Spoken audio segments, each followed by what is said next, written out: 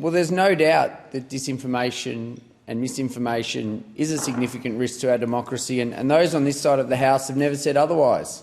As I said, and have said recently, with the uptake of AI, we are losing the ability to trust what we see and what we hear, and that's significant. But just because this risk exists doesn't mean we're going to support a deeply flawed piece of legislation, so flawed that it has been opposed by almost everyone, from the Human Rights Commission, the Media, Entertainment and Arts Alliance, the Law Council of Australia, civil liberty groups and everyday Australians in my electorate of Casey and many electorates across the country. Now, I've had many people contact my office concerned about the implications this bill will have on freedom of speech, democratic rights and individual thought. And to those people I would say this: the Liberals will not be supporting this bill. Those of us on this side of the House believe in freedom of thought, worship, speech and association. We believe in less government interference in our daily lives, not more. Now, this bill defines misinformation as a statement which is unintentionally false, misleading or deceptive. Now, let's have a think about that for a second. How often do Australians make statements that they believe to be true but turn out to be false?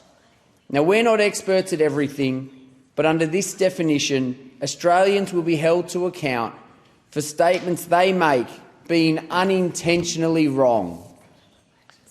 Under this legislation, if the regulator ACMA thinks digital companies like Facebook and Instagram aren't doing enough to remove that sort of content, and if they think it's capable of what the government calls serious harm, those digital companies can get fines worth $6.88 billion or 5 times their annual turnover. So what are the digital companies going to do? They're going to remove posts from their platforms to mitigate the risks of fines, tarnishing Australians' rights to freedom of speech. Now, under Labor's plan, there will be one rule for Anthony Albanese and his government and another for everyone else. Information authorised by the government cannot be deemed misinformation. Criticisms of the government by Australians, however, can be deemed misinformation and therefore are at risk of being removed from public debate on digital platforms. And it doesn't end there. Nothing an academic says can be misinformation, but statements by somebody disagreeing with that academic can be misinformation.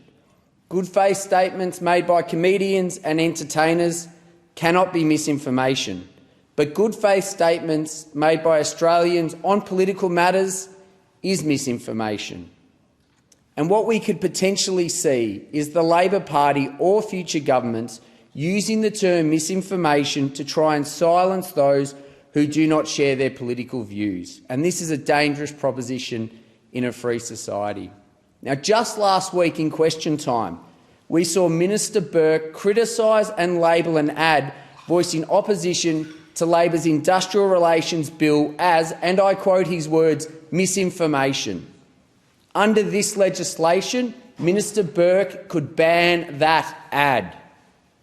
Now, Anne Toomey, a constitutional expert, she said in The Australian today, and I quote, "There is a serious risk that in combating misinformation and disinformation, we seriously undermine freedom of speech, which is a pillar of that system of democracy that we're trying to defend. We might actually make the situation even worse than the problem that we're trying to cure." And the Human Rights Commissioner, Lorraine Finlay, has published a powerful submission to the government on this legislation, saying the bill, and I quote, "risks enabling unpopular or controversial opinions or beliefs to be subjectively labelled mis- or disinformation and censored."